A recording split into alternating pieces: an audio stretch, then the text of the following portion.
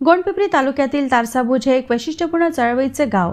बाबासाहेबांच्या महापरिनिर्वाण दिनापासून आजतागायत येथे श्रद्धांजली स्थळांची निर्मिती करून एक आगळीवेगळी ओळख निर्माण करण्यात गावाचा पुढाकार नित्याने राहिलाच. 1991 मध्ये लोकवर्गणीतून डॉक्टर बाबासाहेबांचा पूर्णाकृती पुतळा बसविण्यात आला आणि आता रयतेचे राजे छत्रपती शिवाजी महाराजांचा पूर्णाकृती पुतळा गावातील मुख्य चौकात लोकांच्या मदतीतूनच बसविण्यात आला. एकंदरीत गावाला लाभलेला हा महापुरुषांच्या चळवळीचा वारसाच म्हणावा लागेल. या पुतळ्याचे अनावरण मला करायला मिळाले हे माझे भाग्य समजतो, असे प्रतिपादन राजुऱ्याचे माजी आमदार ॲडव्होकेट वामनराव चटप यांनी केले.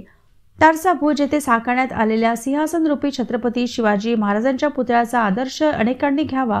शिवाजी महाराजांनी स्वराज्य स्थापन केले ते कशासाठी आणि कोणासाठी हे समजून घेऊन त्यांचे चिंतन करण्याची वेळ ही राज्याभिषेक नंतर 350 वर्षांनी आपल्यावर आली आहे, असेही मत त्यांनी या प्रसंगी व्यक्त केले.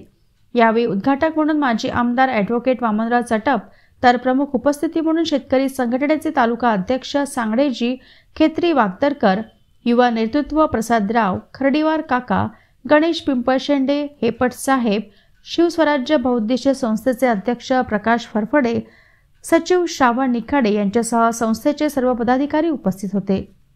बऱ्याच वर्षांपासून बंदिस्त करून ठेवलेल्या पुतळ्याचे आज अनावरण झाले, त्यामुळे गावात आनंदाचे व उत्साहाचे वातावरण निर्माण झाले आहे. कार्यक्रमाचे प्रास्ताविक राज कपूर भडके यांनी केले. संचालन व आभार माजी उपसरपंच अमित फरफकडे यांनी मानले. जर लोकशाहीत लोकांसाठी लोकांकरवी चालवलेलं राज्य म्हणजे लोकराज्य आहे, लोकशाही आहे, तर लोकांच्या भावनेचाही कदर झाला. ठीक आहे, मी वकील आहे, मी कायदा मानला पाहिजे, खरं आहे, पण जेव्हा कायद्याने न्याय मिळत नाही तेव्हा लोकांना शासन झाले खुळे म्हणून गावकरी आले पुढे, म्हणून आपल्याला आपल्या हक्कासाठी पुढे यावं लागतं. आम्ही पहिला प्रयोग तिथे केला, तिथेही परवानगी मिळाली नाही. गुणागुळा नावाच्या गावात डॉक्टर बाबासाहेबांच्या पुतळ्याला परवानगी नव्हती, तोही आम्ही केला. तिसरा सोंडो नावाच्या गावात बाबासाहेबांचा केला आणि आज तुमच्या सगळ्यांच्या साक्षीने आपण आज शिवाजी महाराजांच्या पुतळ्याचं लोकार्पण केलं.